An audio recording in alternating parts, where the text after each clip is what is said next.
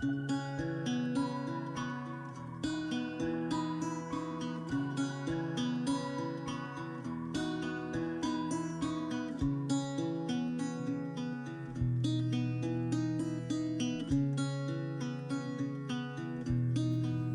untuk selama sebulan ini proses pembelajaran yang saya lakukan sudah berjalan dengan baik, sekalipun ada kendala, ada masalah, ada tantangan, tetapi semuanya masih teratas.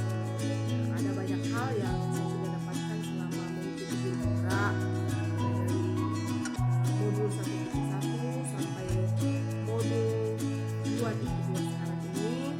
Ada banyak hal yang saya juga sudah coba terapkan di dalam pembelajaran ini, seperti budaya positif, yaitu menyambut anak sejak pagi, dan melalui budaya positif yang 5S, di mana juga sudah menerapkannya kepada siswa dan bahkan semua warga sekolah, agar mereka mempelajari, mengajarkan mereka untuk memiliki sikap sopan santun.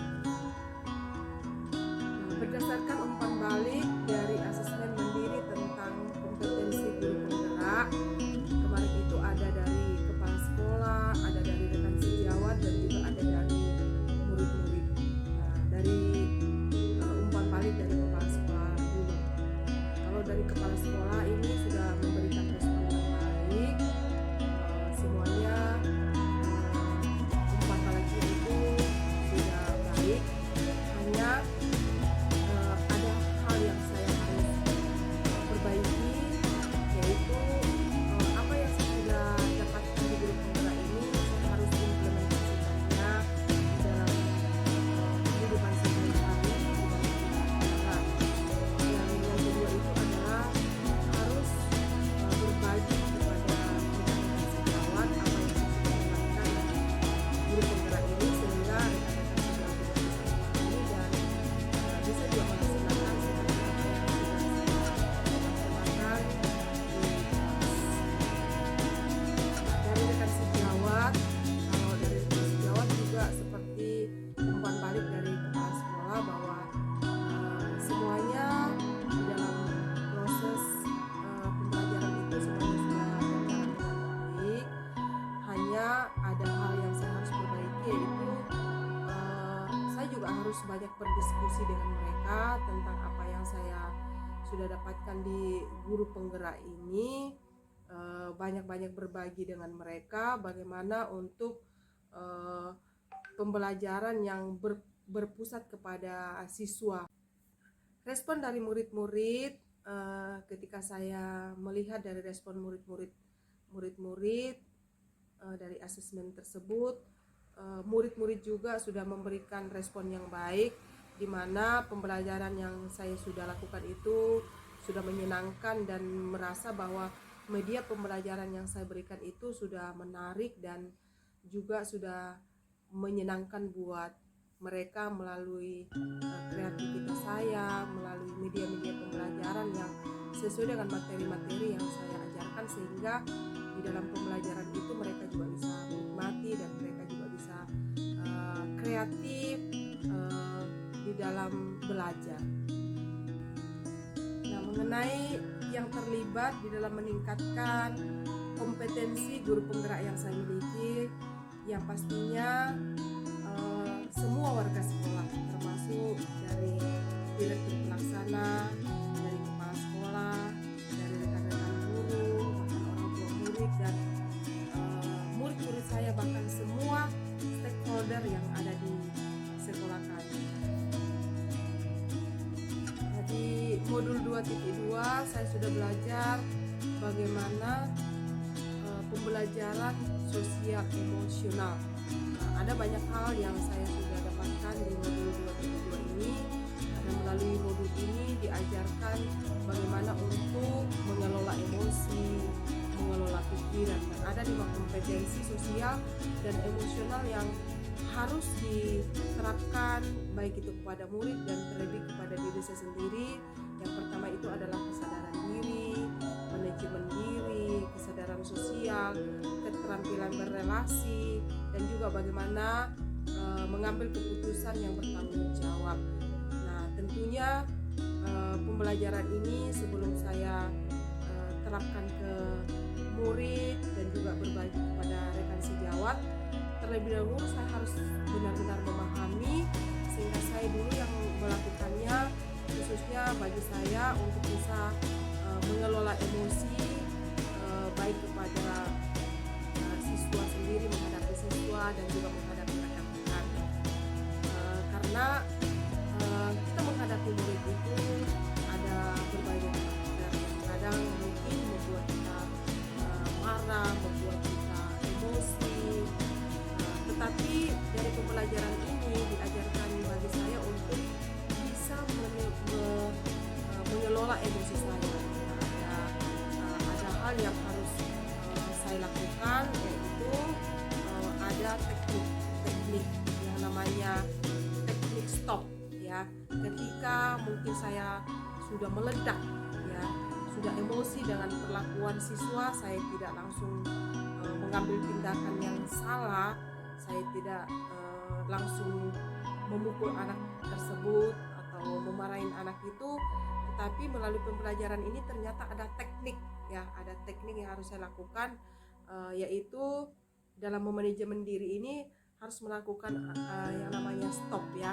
Stop itu artinya bahwa saya harus berhenti sejenak, ya, berhenti sejenak dari tindakan ketika ada murid yang membuat saya emosi, dan setelah itu saya harus ambil napas dalam-dalam. Saya harus menghela napas dalam-dalam ketika emosi itu.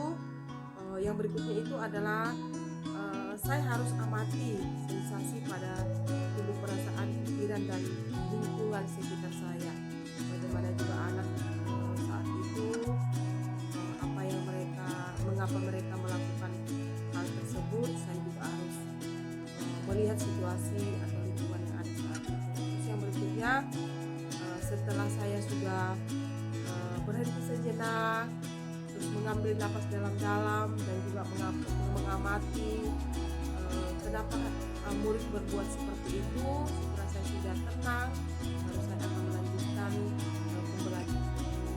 Nah, selanjutnya di dalam penerapan modul 2.2 ini, yaitu rencana pembelajaran sosial emosional yang saya sudah rencanakan untuk diterapkan ke anak, ya, sesuai dengan kompetensi sosial dan emosional ini ada 5, yang terdiri dari kesadaran diri, manajemen diri, kesadaran sosial, keterampilan berelasi, dan pengambilan keputusan yang bertanggung jawab.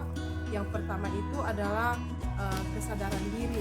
Nah, yang saya sudah ancang-ancang untuk menerapkan bagaimana anak ini di dalam menerapkan sosial emosional kesadaran diri, yang saya harus lakukan yaitu menerapkan tentang 5S. Ya, 5S yaitu senyum, salam, sapa, dan santun. Dan yang kedua itu adalah menempelkan gambar emosi di depan kelas. Sebelum masuk ke dalam kelas, saya sudah tempelkan, saya akan membuat menempelkan gambar emosi di depan kelas, sehingga anak-anak itu menyadari bagaimana perasaannya saat itu ketika mungkin datang ke sekolah. Ada yang sedih, ada yang mungkin gembira, dan bagaimana emosi mereka saat itu. Jadi mereka menyadari diri mereka, bagaimana keadaan diri mereka pada saat itu dengan mengambil satu gambar emoji. Nah, yang kedua tentang kompetensi sosial emosional, yaitu memanajemen diri.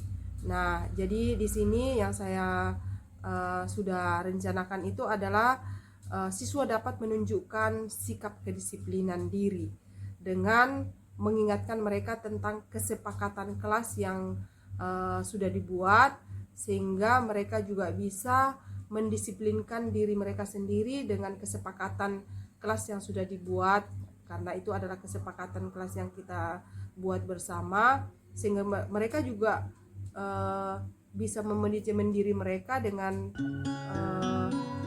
mengingat ketika melanggar kesepakatan kelas itu apa sanksi yang mereka akan dapatkan. Nah, untuk tahapan bakya yang saya sudah pelajari di modul 1.3, di mana untuk membuat prakarsa perubahan mewujudkan visi guru penggerak itu harus dilakukan dengan tahapan bakya. Karena tahapan bakya ini yaitu buat pertanyaan, ambil pelajaran, gali mimpi, jabarkan rencana, dan atur eksekusi.